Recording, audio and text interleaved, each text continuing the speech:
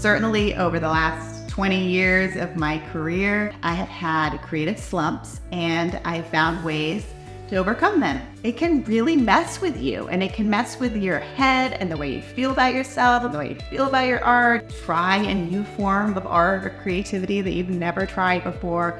Pull something out that you used to do that you don't do anymore, that you take great joy in. Welcome to Creating Creative Success with Carol and Mara. Welcome to another episode of Creating Creative Success. I'm Carolyn Mara, and I'm excited to have you here with me. Thank you for being on this journey with me. I'm really enjoying speaking week after week, and I hope you're enjoying listening. So today, we're going to be talking about a creative slump. What happens when you get into a creative slump, and more importantly, how do you pull yourself out of it?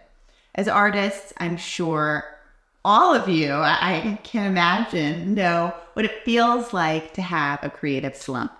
And you can have moments of high productivity as an artist where things are just kind of flowing out of you. And the more you create, the more you want to create, and you're really loving what you're making.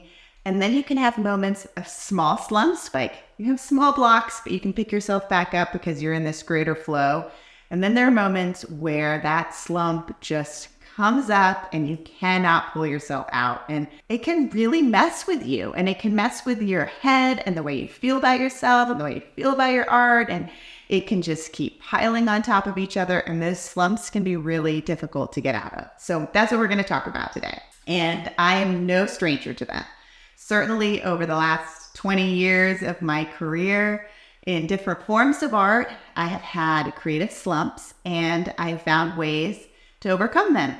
And so I'm going to talk today about a few of my favorite practices. And we could be talking about like a mini slump, like a day slump, like you're trying to make something and it's not going well. And that might need something different than weeks, months, maybe gone without creating. Maybe you're an artist. You were an artist. You love being an artist, but then as happened to me, one of the things, I had children, these babies, it was difficult to pick myself up. And then so much time went by, I wasn't sure how to pull myself back in. Or you're working another job hard and the time slips away from you and the motivation slips. And then you're like, man, I don't know what to make. I don't know what to create. This is not going well for me. So finding ways to pull yourself out of that and wanting to create again is important. And as artists, it's something that we need to embrace and say, you know what, I'm in a bad spot with my art, and I want to get back to that place where I am free flowing and things are coming out of me like water. Let's talk about that in the moment. Super frustrated, slump that day, you've been creating, it is not going well. You've got something maybe for a client and it's just turning into a disaster and it's rapidly declining. Walk away. Walk away. Go for a run, take a shower. If you can take 24 hours before trying again, it's going to serve you. If you can't because you're running on a deadline, then you need to do something aggressive right then to just change your headspace.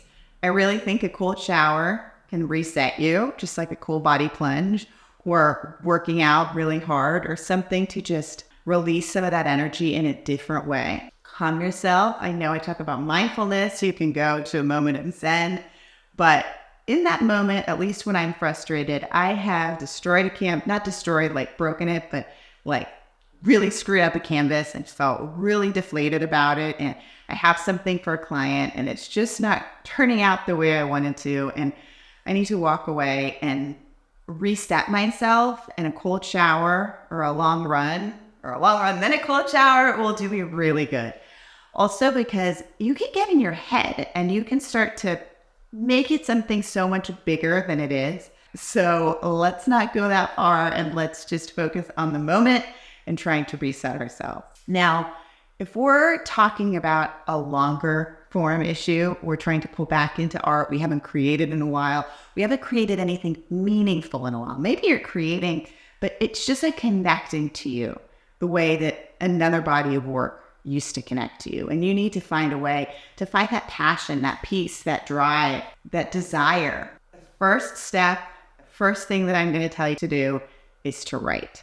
Brain dump. Some people call it morning pages because they do it first thing in the morning. But this is a sit down with a pencil You can either say, I'm going to write one page back and front every day for a period of time, or you can set a timer and write till the timer runs out.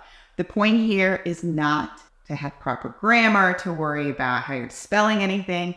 I prefer you to grab an actual pen and paper, a journal, physically do it instead of typing. If you really feel the need to type, then you can type. But I find that the free form writing of just letting whatever come out, you need to just start and see where it goes. Try not to overthink it. This is something that takes some practice and feels weird. Okay, you wake up, you're like, well, what am I supposed to write about? I'm looking around my room, like, am I writing about, I don't know, but maybe you could start with your dream or something. That's a great place to start. But if you really don't know what to start with, you could start with a memory, far away memory, and then just let it go. See where it brings you. You know those, like, I feel like it was an old game in the 70s where you pick the last word and how it feeds into the next word. Just kind of free form write and see what comes up. You could write your feelings, something happened, why you feel that way. Moving into something you saw on television, a dress that you thought was beautiful, and how you wish that you could go to see a movie that you've been hearing about, what you think the movie's about. You just start to write until the timer runs out or until the back and front of a piece of loose leaf paper is done. And then you put it away. You don't reread it. You don't think about it. You put it away. And you do that for a week, 2 weeks, a month. If it becomes a habit, it's something that you can continue to do for a lot of time. But what happens is inside our brains, we have all of these jumbled up thoughts. We only remember bits and pieces of them. And so when we're focused on life and focused on doing certain mundane tasks or working a job, we're not accessing all of these little things in our brain. And the more that we write and the more that we put out, the more we're allowing ourselves to access. And the more that we're able to access, the more inspiration that we can draw. And it's really important to draw from all this inspiration. If your life is feeling like it's moving along a track that is slow and steady, and you're doing the same things every day, and you're not allowing yourself to connect to whether it's the way that the sun is shining or a movie that you want to see or an old memory that you have, if you're not letting your brain use all of this power and all of these little things that are happening around us, it's hard to access those things when we want to find and pull from for creative needs. So the more that you get used to doing this and the more you write, I'm not saying you're going to write all of these things and then all of a sudden you're going to say, yeah, I'm going to create about that. But it's allowing you and your brain to begin to access more points within it. And you can start accessing some feelings and some emotions. And then when you decide to start to create, you have so much more to access and pull from. And that's why it's so important and it's so beautiful. And it's something that I've really enjoyed doing. Like I say it now and I'm like, man, I haven't done that in a long time. I should do that. It's a commitment. Like anything else, it's a commitment. And it's not something that I've done in a while. And I should. Maybe I will. Maybe next week I'll say I just spent the week doing morning pages and brain dumps and writing and see what comes of it. But it is a really strong exercise for the mind and something that creatives can pull from. And I find it a really beautiful thing to do. So that is my big suggestion. Then the other thing that I find can really help move our creativity in new directions is to attempt different forms of art. So if you are a painter, grab a piece of clay and see what happens. Create a sculpture.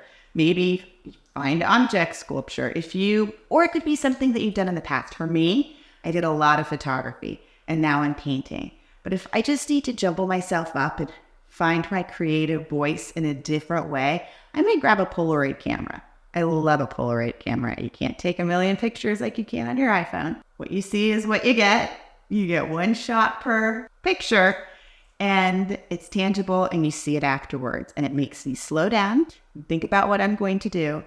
And I can have a small minute of joy grabbing that Polaroid and walking around and taking a picture. And it can be a moment of use of my creativity that is different than the creativity that I'm trying to access and use to do the medium that I'm presently doing. And so whatever it is, or grabbing a pencil and doodling, or making some kind of jewelry, or just working with a different kind of paint, walk into a store and go to the kids section. You don't need to spend a lot of money and find some kid artistic activity.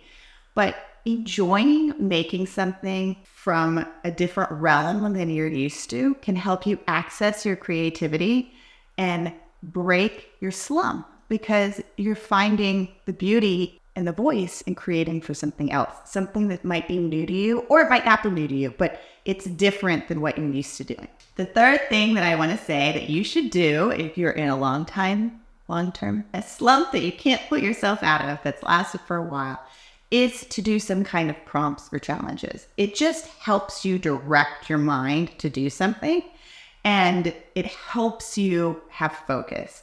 And sometimes when you're just grappling at anything to create what you want, and you're really not doing well, having a bit of focus, and these are things that you can find online in communities. I talk about sometimes, like the weekend hashtag project on Instagram, which was every weekend they would have a prompt, and anybody could go create a photograph or a video or anything to post from that prompt, and then they would choose the ones that they like the most. And the prompt would it could be anything or mean anything to you, but you take it and you go out and you create with that purpose in mind.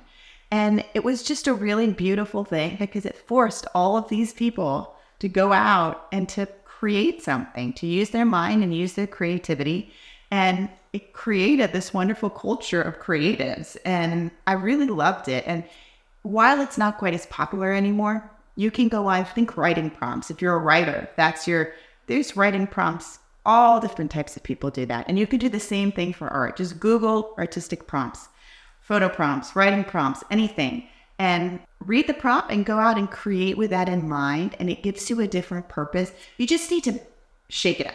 Shaking it up is so important. When you can't pull yourself out of something, trying something different can just refresh your mind. It can refresh your energy. And your energy is really important when creating art. Like, the way that you emote yourself and the energy that you put in it helps create the life into the art that you're making.